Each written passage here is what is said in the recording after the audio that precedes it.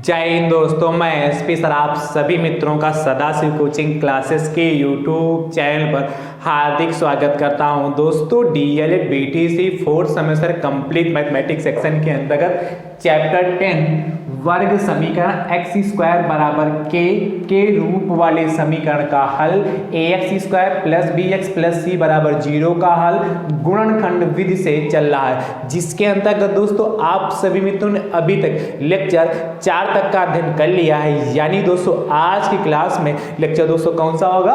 5वां होगा। बहुत ही दोस्तों ध्यान से देखिएगा, क्योंकि दोस्तों जो वर्ग समीकरण है इस पे जो शाब्दिक प्रश्न दोस्तों जो आपके एग्जाम पे में बनते हैं, यानी कहने का मतलब है कि वर्ग समीकरण पर आधारित शाब्दिक प्रश्न दोस्तों कराने वाले हैं। द्विघात समीकरण जो है इस पे शाब्दिक प्रश्न कैसे आपके एग्जाम में पूछे जाते हैं उस पर चर्चा करने वाले, तो बहुत ही दोस्तों ध्यान से देखिएगा। DElEd fourth semester mathematics section के अंतर्गत जितना भी मैंने आप सभी मित्रों को सिखाया है, यदि आपने अभी तक नहीं सीखा और सीखना चाहते हैं तो दोस्तों उसके लिए प्लेलिस्ट बनाई जिसका नाम है डीएलएड फोर्थ सेमेस्टर मैथ्स 2024। इस नाम से प्लेलिस्ट बनी। जैसे आप उस पर क्लिक करेंगे तो फटाक से जितना चैप्टर मैंने अभी तक सिखाए हैं सब कुछ आप सीरियल से सीख पाएंगे। चलिए ध्यान से देखिएगा, अभी तक इस चैप्टर में टोटल 38 प्रश्न प्रोवाइड कराएं। यानी दोस्तों आज की क्लास में कहां से स्टार्टिंग होगी? प्रश्न संख्या 39 से 39 से। बहुत ही ध्यान से देखिएगा। वो कह रहा है एक आयताकार बाग की लंबाई, एक आयताकार बाग की लंबाई, एक आयताकार बाग की लंबाई उसकी चौड़ाई की 3 गुनी है। एक आयताकार बाग की लंबाई उसकी चौड़ाई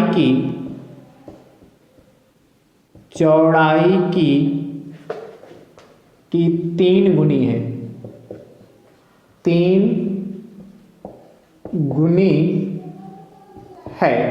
आगे भैया आपसे कहता है यदि बाग का क्षेत्रफल, यदि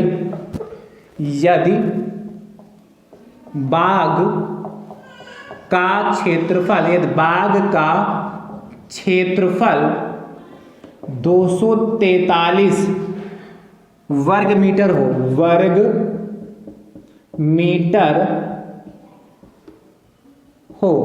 243 वर्ग मीटर हो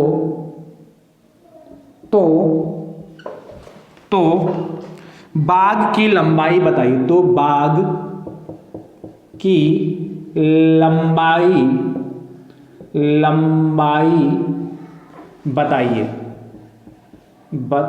या कहेगा ज्ञात कीजिए। देखिए कैसे करेंगे, अच्छा प्रश्न है और आसान प्रश्न है। आपसे भैया कह रहा है कि एक आयताकार बाग की लंबाई उसकी चौड़ाई की 3 गुनी है, यानी कि जो लंबाई है वो चौड़ाई की 3 गुनी है। तो कौन 3 गुना है? लंबाई। इसलिए चौड़ाई को आप मान लीजिए, क्या मानेंगे? माना आयताकार बाग की लंबाई L बराबर, लेंथ कहते हैं कितना? नहीं, एक आयताकार बाग की लंबाई उसकी चौड़ाई की 3 गुनी ना, तो लंबाई नहीं भैया, चौड़ाई मानोगे ना। आयताकार बाग की चौड़ाई विड्थ B बराबर कितना? x मीटर में क्यों माना? क्योंकि यहां पर वर्ग मीटर कह रहा है। तो एक आयताकार बाग की चौड़ाई कितनी? x मीटर मान ली। और आपसे कह रहा है आयताकार बाग की जो लंबाई उसकी चौड़ाई की 3 गुनी है, यानी कि जो लंबाई चौड़ाई की 3 गुनी है। इसलिए आयताकार बाग की लंबाई भैया b, चौड़ाई को b लिखा तो लंबाई को कैसे लिखे? L। लेंथ इक्वल टू कितना हो जाएगा? 3 गुनी, तो 3x मीटर हो गया। ठीक है। अब आपको दे क्या रखा? बाग का क्षेत्रफल। तो आयताकार बाग का क्षेत्रफल आपको दे रखा है कितना भैया? 243 वर्ग मीटर। और भैया आप जानते हैं आयताकार बाग का क्षेत्रफल फार्मूला क्या होता है? यदि कोई आयत है उसका क्षेत्रफल क्या होता है? लंबाई गुणे चौड़ाई। तो आयताकार बाग का क्षेत्रफल बराबर क्या होता है, L into b, length into width. तो आयताकार बाग का क्षेत्रफल आपको 243 दे रखा है, बराबर L कितना आपके पास है 3x, तो 3x हो गया, इंटू बी कितना x, तो x हो गया।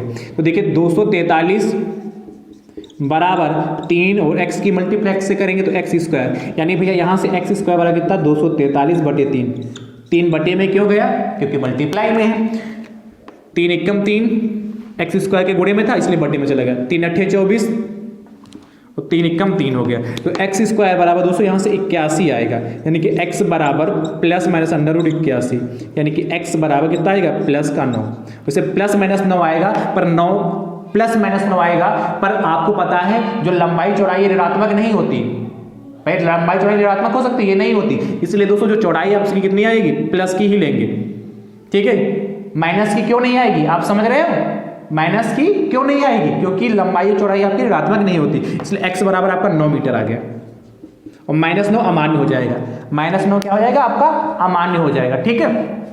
तो दोस्तों क्या लिखोगे फाइनल आंसर, इसके बाद पूछा क्या था, बाग की लंबाई, तो अतः बाग की लंबाई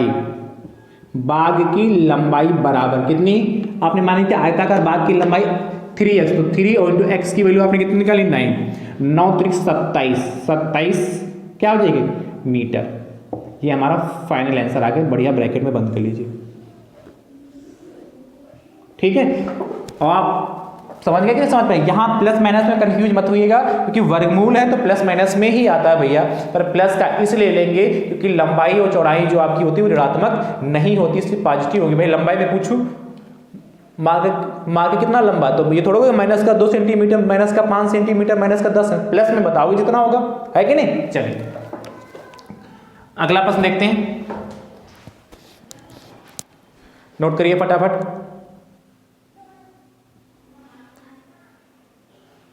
अगला प्रश्न दोस्तों आपसे कह रहा है 39 के बाद 40 नंबर, इसको रब करूं बहुत ध्यान से,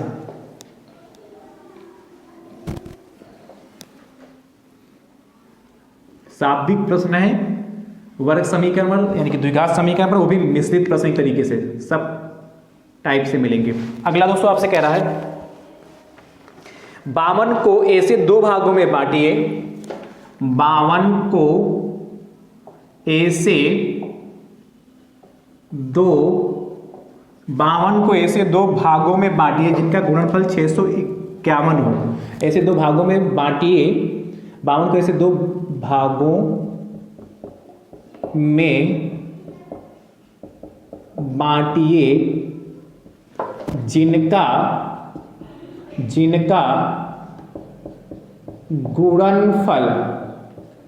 जिनका गुणनफल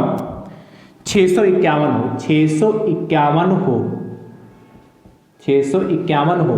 देखिए कैसे करेंगे इसको, 2 भागों में बांटना हमें,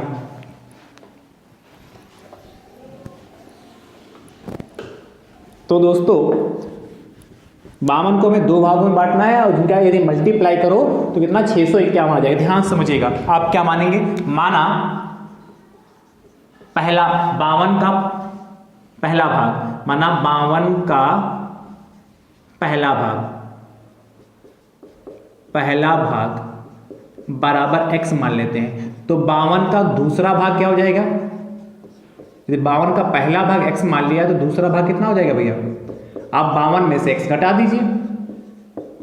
जैसे मैं कहूँ 50 है, 50 का 1 भाग 30 है, तो बताओ दूसरा भाग कितने का होगा, तो आप कहेंगे सर 1 भाग जब 30 हो गया तो दूसरा 20 ही तो होगा। कैसे पता किया आपने, 30 को 50 में घटा दिया, भाई 50 का 1 भाग 30 है, दूसरा भाग बताइए, तो 50 में से 30 को घटा दिया, दूसरा भाग निकल आया। इसी प्रकार 1 भाग x है तो दूसरा भाग कितना होगा, 52 में से x घटा दो, दूसरा भाग निकल आएगा। ये बात समझ पाए कि नहीं समझ पाए। चलिए प्रश्नानुसार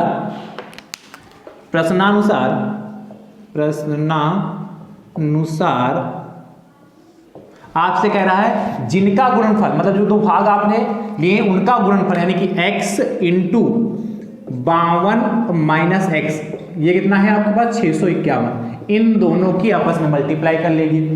तो x की मल्टीप्लाई 52 से करोगे तो 52x माइनस का x into x x square बराबर 651, ये उधर जाएगा तो एक्स स्क्वायर माइनस का 52x और प्लस का 651।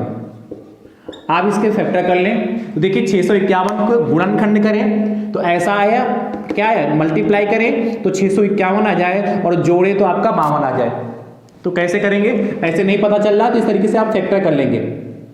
देखिए किससे कटेगा, 3 से कटेगा तो देखिए 3 दूनी 6, 3 दूनी 6 हो गया, 3 एकम 3 हो गया, 3 7 21, 7 1 8, 2 8 9 10। अब 7 से कटेगा, 7 3 21 हो गया और 7 एकम 7 होगा, 31 हो गया। अब ये 31 से ही कटेगा। तो देखिए 31 आपको क्या करने थे, 52 था दोस्तों, 651 है। तो यदि ऐसे गुणनखंड चाहिए, गुणा करें तो 651 आए और क्या करें जोड़े तो 52 आ जाए। तो आपको पता है 31 और देखिए और 7 3 21, 31 21 मल्टीप्लाई करोगे तो आप 651 पाओगे और 31 और 21 को जोड़ोगे तो आप 52 पाओगे। तो यहाँ एक्स स्क्वायर माइनस का कितना 31 प्लस 21।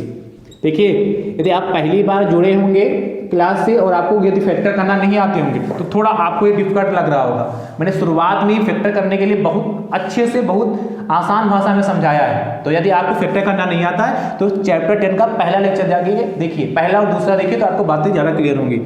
एक्स स्क्वायर माइनस का 31x और माइनस का 21x अंदर मल्टीप्लाई कर दिए माइनस से और प्लस का 651 बराबर 0 हो गया। यहाँ से देखिए x कॉमन मिलेगा तो x माइनस 31 बचेगा, यहाँ से माइनस का 21 कॉमन लोगे तो जब माइनस 21 कॉमन लो तो x बचेगा और माइनस और प्लस माइनस ये 31 बार जाएगा। आप भाग करके देखिएगा 31 बार जाएगा। x माइनस 31 आपका कॉमन हो गया तो क्या बचेगा x माइनस 21 बराबर 0। भैया इसके बाद ये रब कर दूँ, तो मैंने समझाने के लिए लिखा। इसके बाद आप क्या करोगे, फर्स्ट पार्ट लिखेंगे। फर्स्ट पार्ट जब या यदि फर्स्ट पार्ट यदि क्या x माइनस 31 बराबर, अच्छा x माइनस 31 ठीक है, ये यहाँ पर मल्टीप्लाई सही थी हुआ ना सारा, एक्स स्क्वायर माइनस का 52x, हाँ ठीक है, एक्स स्क्वायर माइनस का 52, ठीक ठीक ठीक ठीक ठीक है। तो यहाँ से देखिए फर्स्ट पार्ट x माइनस 31 बराबर 0 तो x बराबर 31, x की वैल्यू 31 आई जाके, ये x की वैल्यू यदि इसमें रख दोगे तो पहला भाग 31 आ गया तो दूसरा भाग आपका कितना आ जाएगा 21 आ जाएगा। और यदि दूसरा भाग यहाँ से निकालो सेकंड पार्ट x की वैल्यू x माइनस 21 बराबर 0 तो x वाला कितना होगा 21, एक भाग आपका 31 होगा, एक भाग 21 होगा। ये बात समझ पा रहे हो कि नहीं समझ पा रहे हो, ये बात भैया आपके समझ में आ रही कि नहीं आ रही, समझ गए, चलिए अच्छी बात है। तो देखिए आप x की वैल्यू चाहे ये ले लो चाहे ये ले लो, यदि x की वैल्यू आप 31 लोगे तो पहला भाग आपका 31 आ जाएगा, दूसरा भाग 52 में से 31 घटाओगे तो 21 आ जाएगा। और यदि x की वैल्यू आप क्या ले रहे हो 21 ले रहे हो तो पहला भाग आपका 21 आ जाएगा, दूसरा भाग 52 में से 21 घटाओगे तो 31 आ जाएगा। इससे कोई इफेक्ट पड़ेगा नहीं। आपसे कहा था दो भाग बताइए तो क्या लिखोगे, अतः 52 का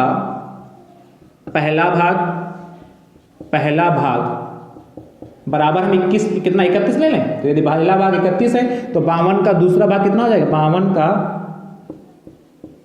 दूसरा भाग बराबर 52 में से क्या करोगे x को हटा दें तो x की वैल्यू कितना 31 माना तो 52 माइनस 31 बराबर 21। ये दोनों आपके आंसर हो जाएंगे, कौन कौन से 31 और 21। ठीक है, इस तरीके से बढ़िया लिख के ब्रैकेट में बंद कर लीजिए, हो गया।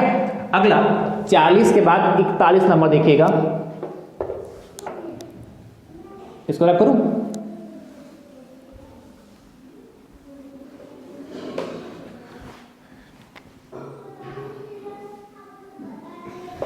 वन देखते हैं 41 नंबर प्रश्न क्या कह रहा है, बहुत ही ध्यान से समझिएगा। 41 नंबर आपसे कह रहा है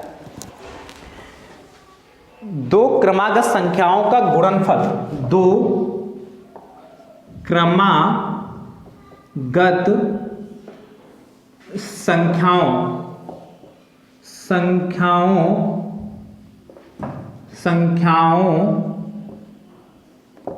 का गुणनफल गुणनफल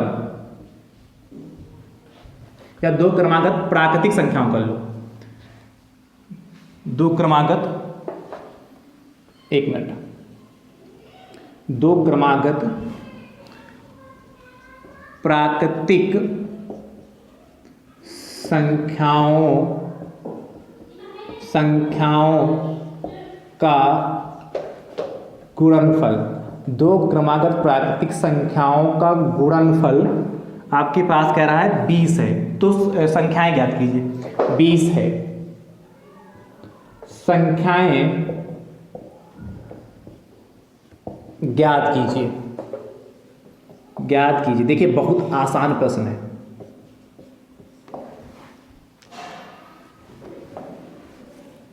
दोस्तों यदि हमारी कही भी बात आप तक अच्छे से पहुंच रही है और आप अच्छे से समझ पा रहे हैं तो वीडियो को दोस्तों आप सभी मित्र अपने अपने हिस्सा से जरूर शेयर करते रहिए।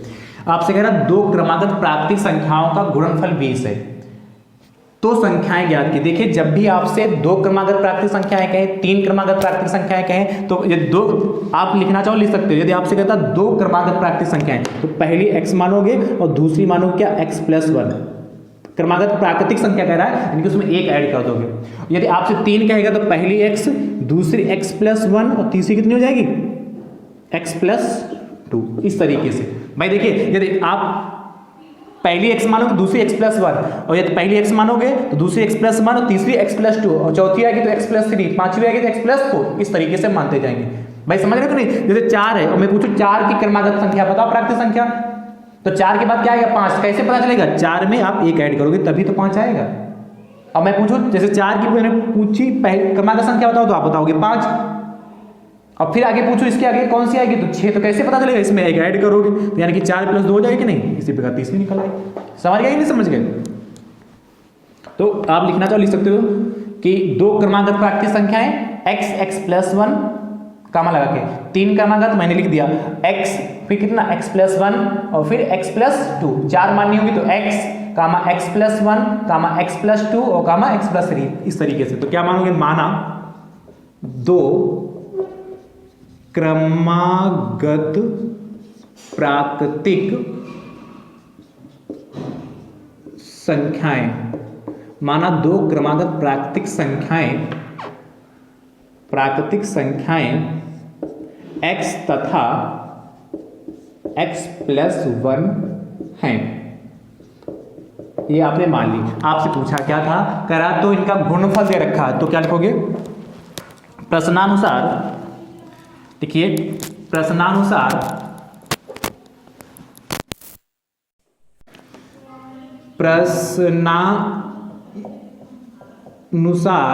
क्या दो क्रमागत प्राकृतिक संख्याएं क्या x और x+1 बराबर 20। गुणनफल कहा तो x इंटू, चाहो तो लगा लो भाई यहाँ पर इंटू, बस सॉल्व कर लें। x² प्लस x अंदर मल्टीप्लाई कर दी बराबर 20 को उठा कर इधर लाओ, x² प्लस x माइनस का 20, भाई प्लस का था इधर हो गया। 20 कैसे गुणनखंड करें, यदि गुणा करें तो 20 आ जाए और घटाएं तो कितना आ जाएगा, 1 आ जाए। 5 चक्कू 20, ये तो सीख चुके हो कि नहीं। तो x² प्लस का 5 माइनस का 4, 5 में से 4 जाएगा तो 1 ही तो आएगा, -20 बराबर 0। तो x² प्लस का 5x माइनस का 4x माइनस का 20 बराबर 0। x कामन ले तो x+5, यहाँ माइनस का 4 कामन हो जाएगा तो x और माइनस माइनस प्लस का कितना, 4 पंचे 20, यानी कि x+5 कामन ले लिया तो क्या बचेगा, x-4। भाई जब ये कामन होगा तो x बचेगा, यहाँ पर 4 बराबर 0। तो यहाँ से कितना, जब या यदि फर्स्ट पार्ट क्या, x+5 = 0, देन x = -5, और प्राकृतिक संख्या स्टार्ट ही 1 से होती है तो ये क्या हो जाएगा, 5 आपका अमान्य हो जाएगा, मतलब ऋणात्मक थोड़ा प्राकृतिक संख्या आती है। Second part x - 4 = 5, x - 4 = 0, then x बराबर 4। तो यानी कि पहली प्राकृतिक संख्या 4 आएगी, 4 में 1 जोड़ोगे तो 5 आएगी। तो नीचे इसके नीचे लिख लीजिएगा, मैं बोल दूं, अतः दो क्रमागत प्राकृतिक संख्याएं 4 तथा 5 हैं, ठीक है, और इनका गुणनफल करें 4 × 5 20 ही होगा। चलिए 41 के बाद 42 नंबर देखिएगा। आपसे कह रहा दो क्रमागत प्राकृतिक संख्याओं का गुणनफल 56 है, गुणनफल 56 है। संख्याएं ज्ञात की। जैसे किया वैसे करिएगा और इसका उत्तर दोस्तों आप कमेंट बॉक्स में जरूर दीजिएगा। अब हम भैया अगला प्रश्न देखिएगा, अब हम अगले प्रश्न पर चर्चा करेंगे। आपसे कह रहा है क्या, बहुत ही ध्यान से देखिएगा, अगला प्रश्न आपसे क्या कह रहा है। अगला प्रश्न आपसे कह रहा है कि दो क्रमागत सम संख्याओं, दो क्रमागत, इसको रब करना पड़ेगा। 42 के बाद 43 नंबर देखिएगा, 43 कह रहा है आपसे।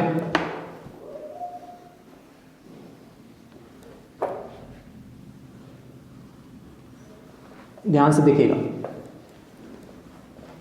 43 कह रहा है दो क्रमागत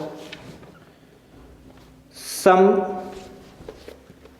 संख्याओं को ज्ञात कीजिए। दो क्रमागत सम संख्याओं को ज्ञात कीजिए। दो क्रमागत सम संख्याओं को ज्ञात कीजिए। ठीक है, जिनके वर्गों का योग फल 1060 है। 1060 है जिनके वर्गों का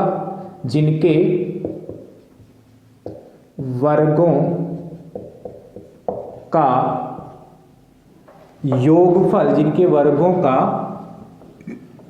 योगफल 1060 है, 1060 है। तो ध्यान से समझिएगा कैसे करेंगे इस टाइप के प्रश्न को। ये सारे वर्ग समीकरण यानी द्विघात समीकरण पर आधारित प्रश्न है।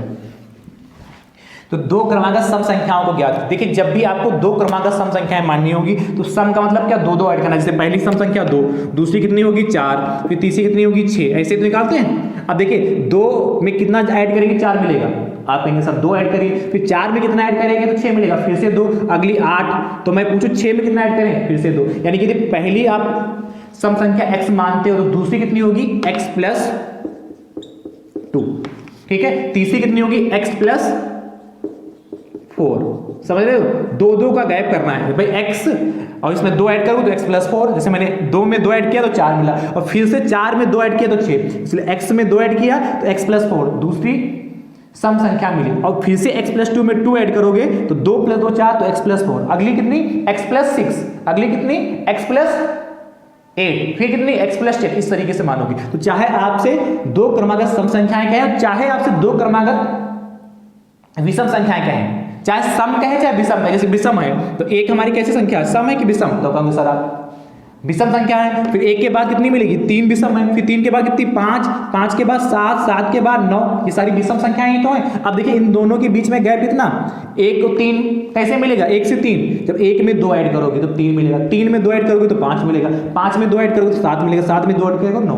तो चाहे आपसे, ध्यान सुनिएगा, चाहे आपसे कहे दो क्रमागत सम संख्याएं मानने के लिए, या 3 क्रमागत सम संख्याएं मानने के लिए, 4 क्रमागत सम संख्याएं मानने के लिए, तो आपको किस सब में ऐड करने जाना है। जैसे 2 कहा, जैसे यहां तुमने 3 लिख दिया, तो x पहली, फिर दूसरी कितनी x + 2, तीसरी कितनी x + 4, चौथी कितनी x + 6, पांचवी कितनी x + 8, छठी कितनी x + 10, इस तरीके से आप बढ़ते जाओगे। तो चाहे आपसे क्रमागत सम संख्याएं मानने के लिए कहे और चाहे क्रमागत विषम संख्याएं मानने के लिए कहे, आप यही मानोगे।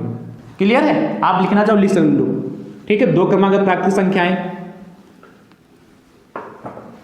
तो मैंने पहले समझा दी, सम कहेगा तब तो भी मैंने समझा दिया। तो क्या लिखोगे, माना दो क्रमागत सम संख्याएं,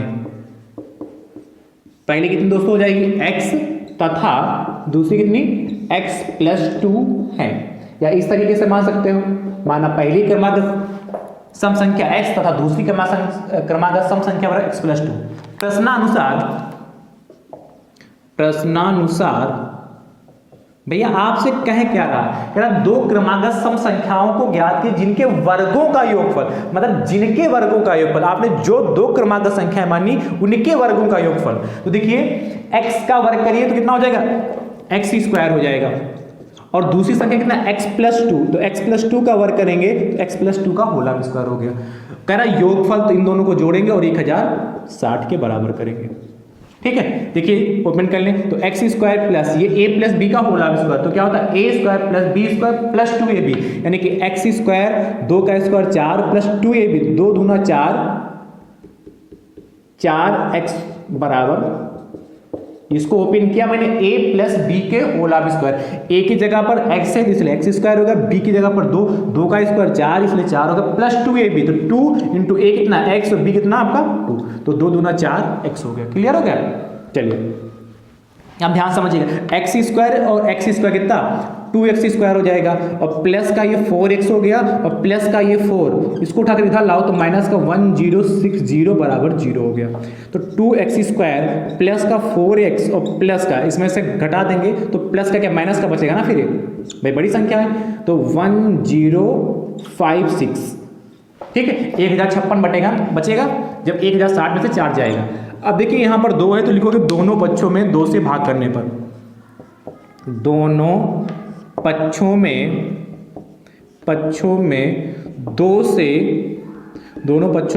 से भाग करने पर या देने पर। अब जब दोनों पक्षों में 2 से आप भाग देंगे तो कितना हो जाएगा 2x square by 2 minus plus का 4x बाई 2 और माइनस का 1056 है भैया 2 बराबर 0/2, यानी कि 0 ही आए। काट लीजिए तो देखिए 2 एकम 2, 2 एकम 2, 2 एकम 2, 2 दूना 4, 2 एकम 2, 2 पंचे 10, 2 दूना 4 और 2 अट्ठी 16, 508 भैया लिखा है, जगह कम है तो 528 आ गया, यानी भैया आपके पास एक्स स्क्वायर प्लस का 2x माइनस का 528 बराबर 0 है। अब इसके हम फैक्टर कर लेते हैं और फटाफट हम इसका आंसर ले लेते हैं। तो ध्यान समझिएगा, इसके हमारे जो फैक्टर हैं वो क्या आएंगे, ठीक है, 528 के फैक्टर करते हैं तो कैसे निकालेंगे, तो 528 के फैक्टर करने हैं, यानी कि गुणा करें तो 528 आए और घटाएं तो दोस्तों कितना आना चाहिए हमारा, बताइए घटाने पर कितना आना चाहिए, घटाने पर दोस्तों हमारा कितना आना चाहिए 2। तो देखिए इसको पहले तोड़िए, किससे कटेगा, मतलब 528 है तो गुणा करें तो 528 आए और घटा दे तो कितना आपका आ जाए 2 आ जाए। तो देखिए किससे कटेगा, 2 से 2 दूना 4 और 2 छाक 12, 2 चक्कू 8, फिर 2 से काटे 1 3 2, फिर 2 से काटे 2 छाक 12, 2 छाक 12, फिर किससे काटेंगे बताइए 2 से तो 33 हो गया, और फिर कितने 3 से तो 11 हो गया, और फिर 11 से काटने। तो ध्यान समझिएगा कितना हो जाएगा, अंतर चाहिए हमें 2, तो गेरतियाँ देखिए 2 दूना 4 दूना 8, 8 3 नहीं 2 दूना 4 8, 2 दूना 4 दूना 8 और 8 दूना 16, नहीं 16 ज़्यादा, देखिए 11 की मल्टीप्लाई 2 से करें तो 11 दूनी 22 हो जाएगा, और 3 दूनी 8 3 24, हाँ ठीक है 24 22, 24 गुणे 22 और 24 माइनस 22 करेंगे 2, आप 24 गुणे 22 कर ले, देखिए कैसे मैंने किया 2 गुणे 2, 2 दूना 4 दूनी 8 हो गया, और 8 की मल्टीप्लाई आप 3 से करो तो 8 3 24 हो गया, और 2 की मल्टीप्लाई 11 से करेंगे 22, यानी यहाँ पर कितना हो जाएगा, इसको हटा दूँ कितना है 24 माइनस 22।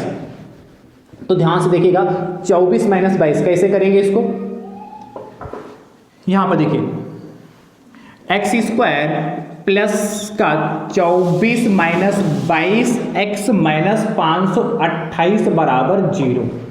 तो एक्स स्क्वायर प्लस का 24x माइनस का 22x माइनस का 528 बराबर 0। x कॉमन हो जाएगा तो x प्लस 24, यहाँ से माइनस का 22 कॉमन ले लेंगे तो x प्लस का 24 बराबर 0 हो जाएगा। ठीक है, x प्लस 24 आपका कॉमन हो गया तो x माइनस 22 बराबर 0।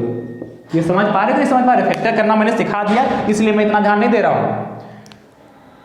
हूँ, बता तो रहा हूँ भाई।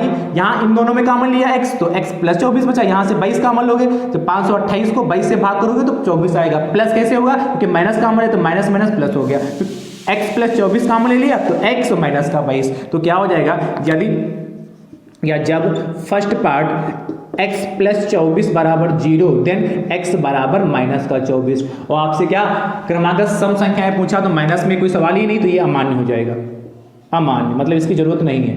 सेकेंड पार्ट क्या लिखोगे x माइनस 22 बराबर 0 देन x बराबर 22। अब देखिए x की वैल्यू आपकी 22 आई जाके, जब x की वैल्यू आपकी 22 आई जाके तो देखिए 22 और x की जगह हम 22 रखोगे तो कितना 22 प्लस 2 24, तो क्या लिखोगे फाइनल आंसर मैं बोल रहा हूं। अतः दो क्रमागत सम संख्याएं 22 तथा 24 हैं। ठीक है, क्लियर हो गया। चलिए अब 43 के बाद 44 नंबर देखिएगा, आपसे कह रहा है दो क्रमागत सम संख्याओं, दो क्रमागत सम संख्याओं की बात होगी। अब हम बात कर लेते हैं दो क्रमागत विषम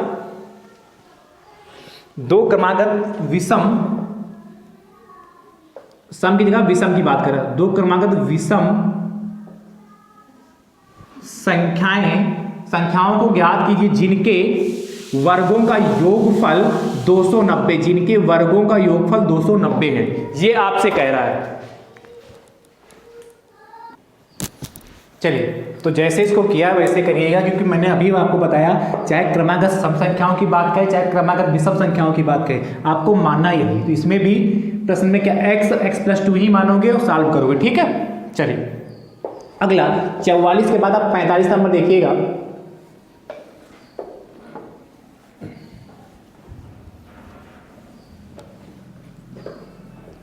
(45) 45 नंबर दोस्तों क्वेश्चन आपसे कह रहा है, बहुत ही ध्यान से कह रहा है कि एक वर्ग का क्षेत्रफल, एक वर्ग का क्षेत्रफल, एक वर्ग का क्षेत्रफल आपको दे रखा है 64 वर्ग मीटर। आपसे कह रहा है उसकी भुजा ज्ञात कीजिए, उसकी भुजा ज्ञात कीजिए। मीटर है, उसकी भुजा ज्ञात कीजिए। भैया बहुत ही ध्यान से समझिएगा और बहुत ही आसान प्रश्न है।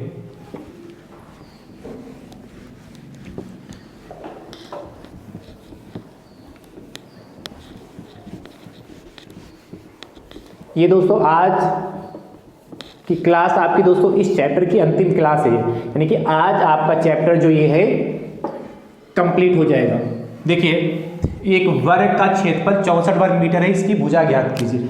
तो मान लेंगे माना वर्ग की भुजा बराबर x मीटर। आपको दे क्या रखा, वर्ग का क्षेत्रफल, वर्ग का क्षेत्रफल आपको दे रखा कितना 64 वर्ग मीटर। तो भैया आप जानते हैं वर्ग का क्षेत्रफल का फार्मूला क्या होता है, वर्ग का क्षेत्रफल बराबर होता है भुजा स्क्वायर, भुजा स्क्वायर। देखिए वर्ग का क्षेत्रफल आपके पास कितना 64 है और भुजा कितनी आपका x, तो x का स्क्वायर हो जाएगा। यहाँ से x की वैल्यू निकालोगे तो x बराबर √64, प्लस माइनस दोनों आएगा, पर हम x की वैल्यू प्लस की 8 ही लेंगे। क्यों, क्योंकि भुजा कहेगा, भुजा कभी ऋणात्मक नहीं होती है, इसलिए क्या लिखोगे, अतः लिख लीजिए अतः वर्ग की भुजा बराबर 8 मीटर। क्या लिखेंगे नीचे, अतः वर्ग की भुजा बराबर 8 मीटर। कर लेंगे ना ऐसे। चलिए 45 के बाद 46 नंबर। ठीक है, आपसे कह रहा है एक वर्ग की भुजा 81 वर्ग मीटर है, इसकी वर्ग का क्षेत्रफल 81 वर्ग मीटर है, इसकी भुजा ज्ञात कीजिए। 46 के बाद 47 नंबर आपसे कह रहा है, ध्यान से समझिएगा, आपसे क्या कह रहा है, कह रहा एक वर्गाकार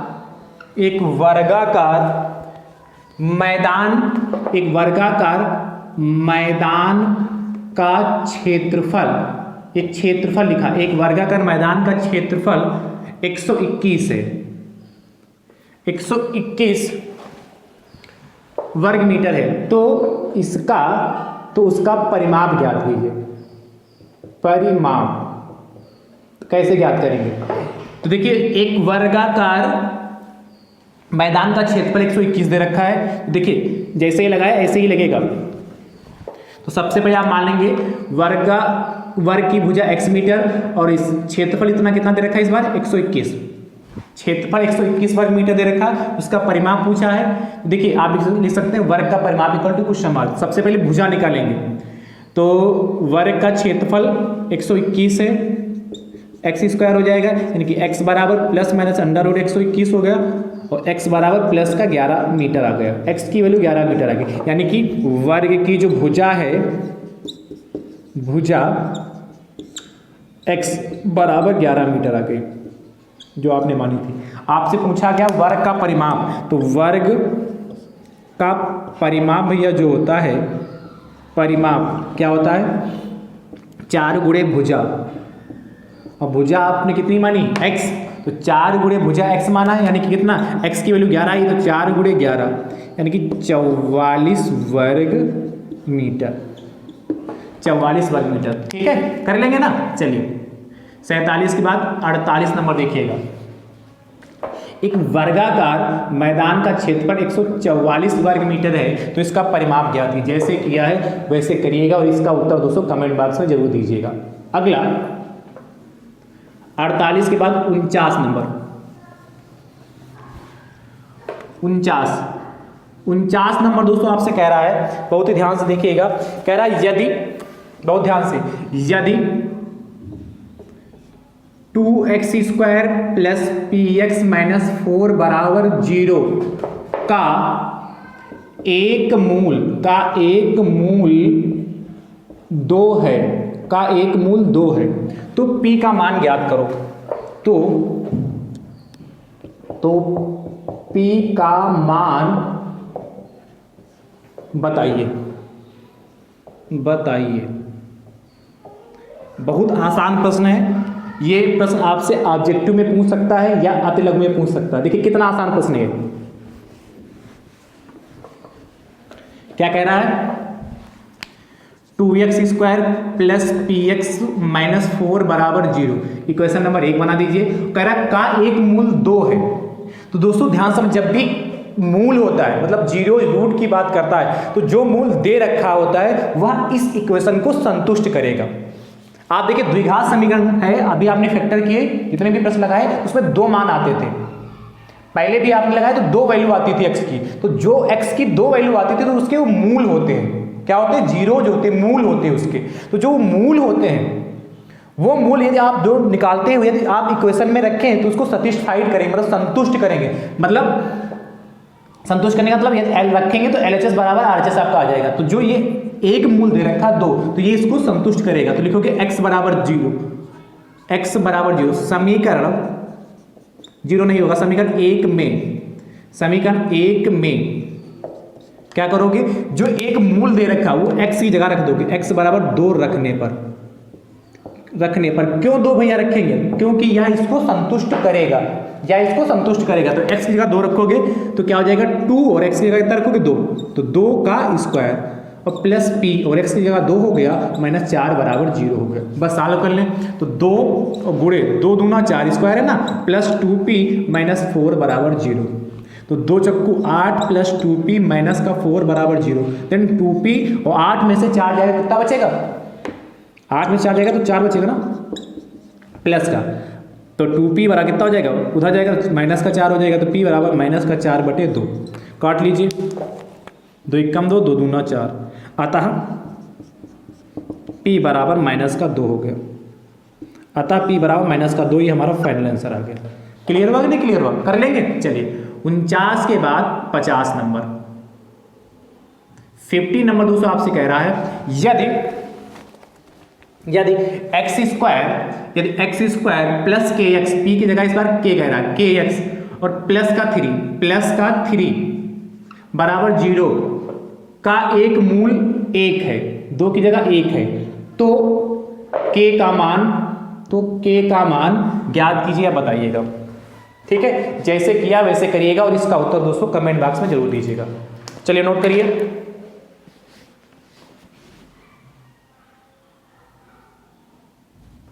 ठीक है, तो दोस्तों आज आपका जो ये चैप्टर है ये फुल्ली कंप्लीट हो चुका है। जिस टाइप के प्रश्न आपके एग्जाम में बन सकते हैं मैंने हर टाइप के कराने का प्रयास किया।